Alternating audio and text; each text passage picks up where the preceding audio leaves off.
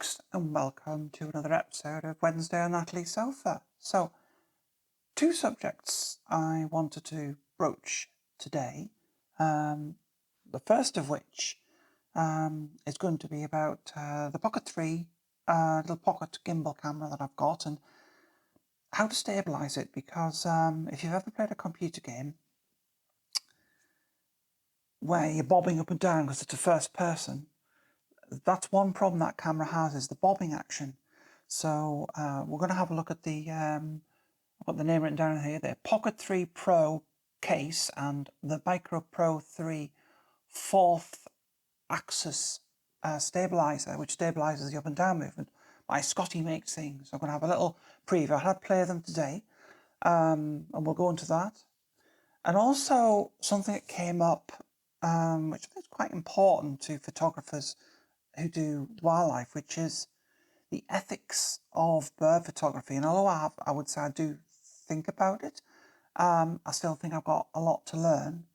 And I'll tell you a bit of a story, and I'll show you the pictures of the bird I took and the circumstances around that. And I've been doing a bit of research tonight about the rules, if you want, or the ethics of how you should behave around birds and things that you might not have thought of, but you should probably think of.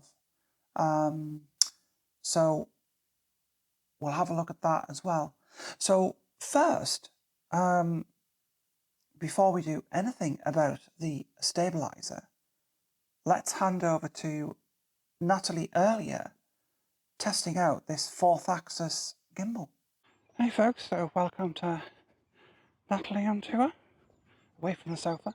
This is the Micro Pro 3 4-axis mount, and it's remarkably stable. I've been testing it this evening, a nice evening sunshine, and I'm going to run just to show you how stable it is.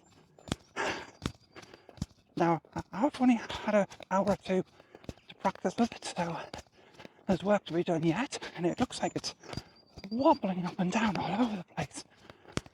But I have to say, it's incredible when you think you could see this bouncing up and down. You should have done it with another camera on. It's incredible. If I just run across here. Oh, they're out of breath. But there you go. I think, considering this is what I can do, I could use this for all manner of applications. Mainly, I think I would use it for hiking, but I do want to use it on my bikes, push bikes and motorbikes, because I think it'll stabilise really well for that, and makes a lightweight rig. Anyway, back to the sofa. Well, there you go. So what did you think of that? I think it stabilises things surprisingly well. I think I've got a lot to learn, as I said, but it's going to have a lot of applications for me, and it's mainly for, as I said, hiking, vlogging, because it's lighter than a normal camera. And this is the case, so you can see that it makes the Pocket 3 just slides in, and it locks in at the bottom with the fastener. And you see, the problem with the Pocket 3 was it had a case that it came with, but it was always awkward to get out and assemble because it's delicate. But this thing, you just slot that on. You can just put the whole thing in your pocket, or you can, it's got a belt clip that comes with it. I haven't put the belt clip on, but you can fasten it to your belt, or you can put a little Peak Design hook on it. And then when you get it out, you just slide that bit off and you're good to go. And you can leave the filters on and what have you as well. And this is the actual gimbal. You can see the Pocket 3 sort of balances on the end. You can sort of adjust the handles on the gimbal. You would call it a gimbal. It's a fourth axis stabilizer, but it's got these, just turn these and you can sort of adjust the shape of the handle to be different shapes to suit what you're filming. And I did a quick test filming a few sort of movements of over my motorbike today to see how it would stabilise that if I was doing sort of filmic pans. And it did all right. I think I've got a lot to learn with it, and I've got a lot to learn. There's a technique to it as well. But I just wanted something that was smaller than a camera on a gimbal, which is not something you could take if you're going camping. The idea of this as well is I've got a clamp, which I can fasten onto this. It's got like 1/4-inch threads, and I can put this on handlebars of a mountain bike or of a motorbike. And the idea would be you could film really stable footage going forward or back, or if you were riding with someone, you could film footage of them doing that. And I just got this to have a play around with for that and use it for that. And so far, well impressed. And the whole setup cost £100. And it's 3D printed, and it's like a little cottage industry, I think, based in Australia. I think it's Australia. Apologise if I've got it wrong. Scottie makes stuff, look it up. But pretty impressed, really fast service. And I should be doing more with that in future videos. So, moving on from there, I did some bird photography at the weekend, and we all like to photograph a rare bird.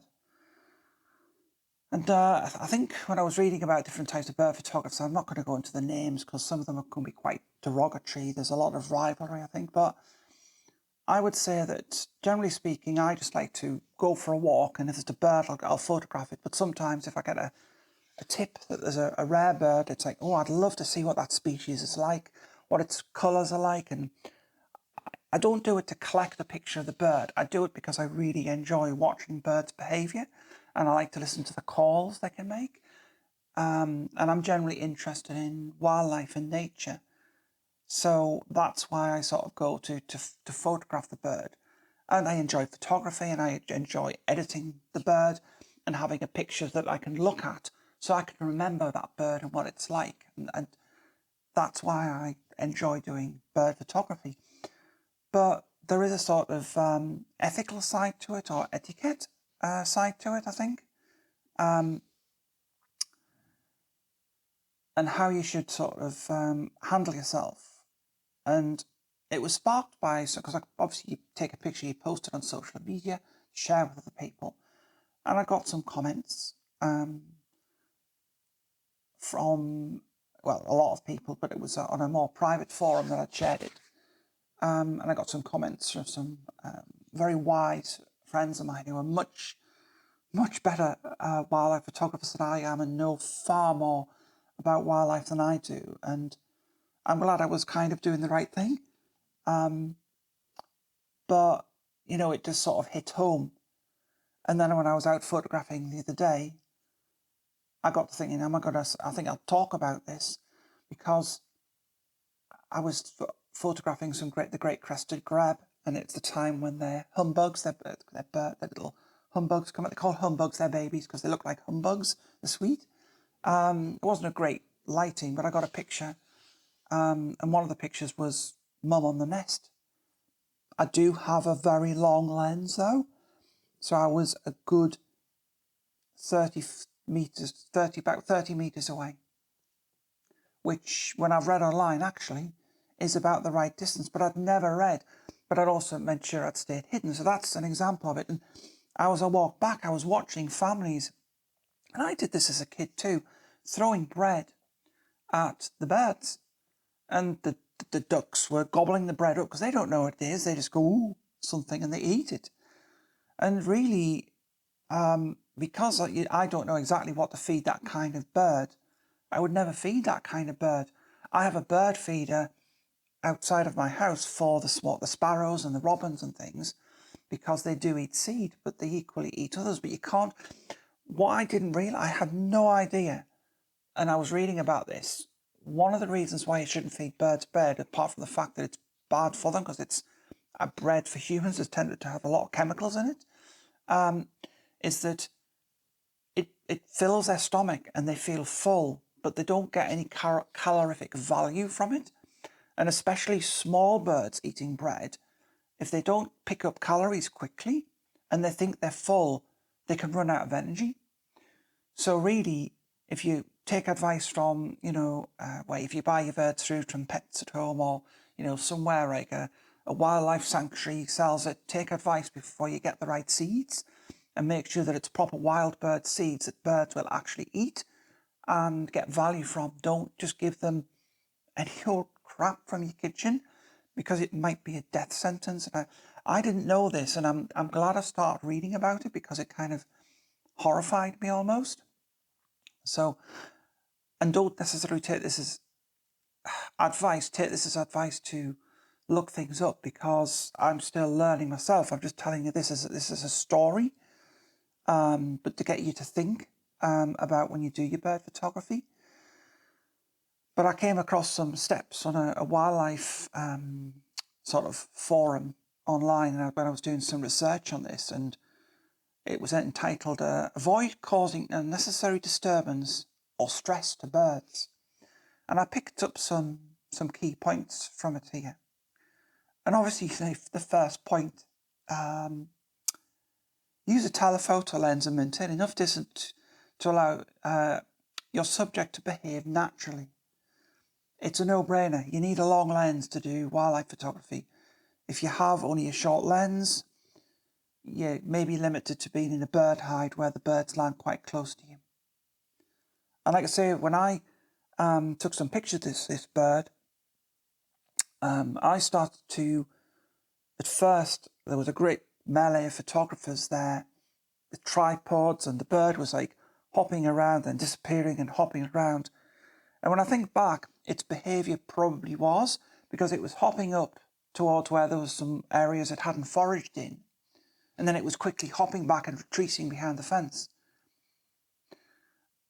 And until I saw its behaviour when a lot of the people had left, and I observed that it behaved differently, it was when I actually got my best pictures, yet disturbed the birdie less. Not at all, hopefully. But I'll come on to that in a minute, and we'll show that up. But let's quickly go through these points. Never advance on birds, so don't push forward so the bird notices, especially if you intend to get them to react. Don't get them to react. I love to capture birds in their natural environment, doing natural bird things. I want them to think I'm not there, so I need to hide behind something or make sure I'm quite covert or far away. If you do things like that and try and get a reaction from the bird, then you're disrupting its natural behaviour, which is not good for the bird. If you do approach accidentally too close to the bird and it reacts, flies away, or it changes its behaviour, you're too close. You need to back away, well away, observe from a distance, use your camera to observe the behaviour, make sure the bird's settled. If you spooked it, go home. You'd rather the bird be safe in its habitat than you get a picture, and I'd rather not get a picture. Now, I've read about this, and hands held up, I need to learn a lot more about this side of bird photography, because as photographers just go, oh, we want the picture. And this is what I learned myself. This is a tip that I've sort of put in myself that I think is quite poignant. When I realised that it was quite a melee and the bird was reacting in the way it was, I backed well away, and I just observed.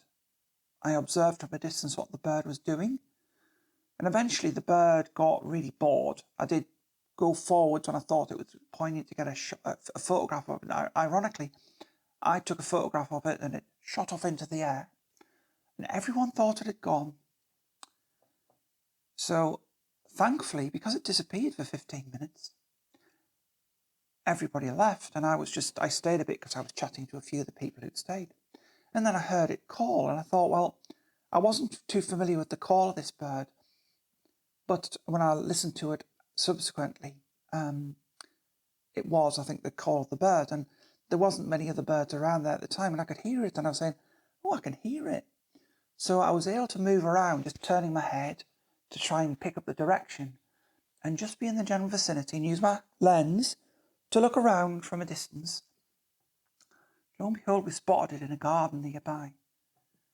And and there was plenty of foliage around the garden for us to keep a reasonable distance. And of course, we just observed from a reasonable distance, and it just came out from under a bush. I knew I could hear it, came out from under a bush, and this is the picture I got. It just was hopping around, pecking the ground, didn't know we were there, and I got a wonderful shot. And it was I'm pleased that I got that shot because I wasn't pushing the bird. I'd located it by listening to it, and it just hopped out in front of me. I wasn't trying to like flush it out or anything like that, or, you know, actively looking in bushes and things for it, or being too aggressive and looking for it. And it just hopped around the garden, and then it flew up onto a tree and started doing its beak wipes, and it was preening and cleaning itself. And I got a few pictures of it on there. So that's where I got the best pictures. All because there were fewer people around, and the bird crucially just started behaving normally, and then it flew off. And this is the thing. We'll go through the remainder of the points, and then we'll go for the reason why you don't push these birds, because I'm going to talk to you a little bit about what this bird is.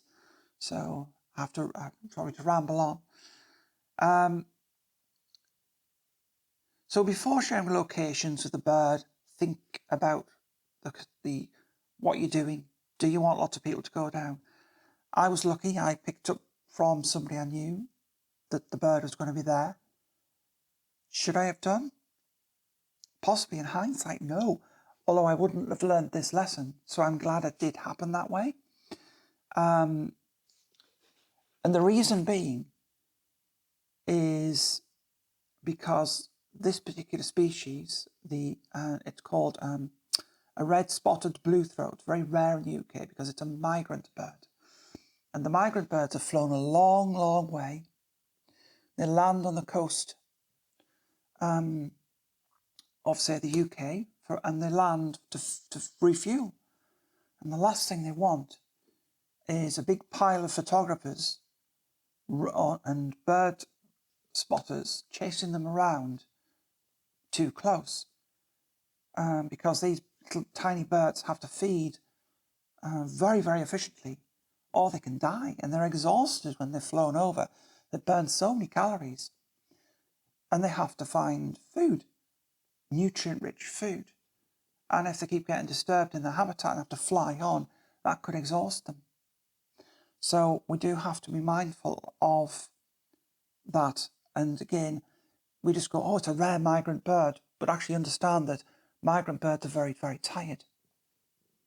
And if you're going to go down and visit it because you've had a tip-off, be very, very careful. And one of the things I saw was people with mobile phones holding them up, and they're trying to get as close as they can. It's like, you're never going to get a shot of a bird with a mobile phone. For heaven's sake, the closest I probably got to the bird when it was at its closest, and it landed in the garden, was probably about 10 metres when it just landed in front of us. And the shots I've shown you are actually crops. They're not like full shots. And if the bird is 30 metres from me, it's a tiny dot in the frame. And I have getting on for 860 millimetres of reach on my lens. Now, the average mobile phone is probably going to be 100 millimetres of reach on the zoom, even with a digital zoom. But people still try to do it because they don't know otherwise. Not that they'll be watching this video. And also be respectful of the environment around. I noticed that there'd been a little bit of trampling on the vegetation around the edge of the garden. And I'm like, ooh, be careful. This is just going to give photographers a bad name. You know, be mindful of what you're doing, be respectful. And one other point, two other points, is don't use remote cameras. Don't try or fly a drone near a bird or something like that, or something noisy. Just use a long lens, 400-500 millimetres or more. And like I alluded to earlier, use cover. Keep down low. and listen for the bird. Wait for it to come into your line of sight. Don't go trying to push around. By all means, if you hear it move, you can walk slowly around, but back away. So when I was moving position, when I knew the bird had flown off, I backed away from the location, did a big wide sweep, and then just listened and looked with my lens before I moved back in. And I'm just going to start learning that behaviour more. It's different if you're in a bird hide because you're hidden. A bird hide specifically designed for this purpose. And if you've only got a mobile phone or a short lens, I recommend you go to your local wildlife sanctuary who often have bird hides. And you can sit down on a seat and you can put your camera through a little slot and take pictures of birds, and they won't know you're there, because that's why it's called a bird hide. It hides you from the birds so they don't see you and they just behave as birds, and you can watch the behaviour. So, I hope you enjoyed seeing the pictures of the bird that I did get. I hope you understand a bit more about the ethics of taking pictures, and that I am definitely learning. And like I say, I hold my hands up to making mistakes, and that I do need to learn more about that side of things. But I just thought it was an important subject to bring up, to think when you observe the natural world around you that you have to have a great respect for it. So anyway, folks, if you enjoyed the video, drop a like and subscribe and click the bell for notifications so you get notified of when the next episode's up. I'll see you all later, folks. Bye.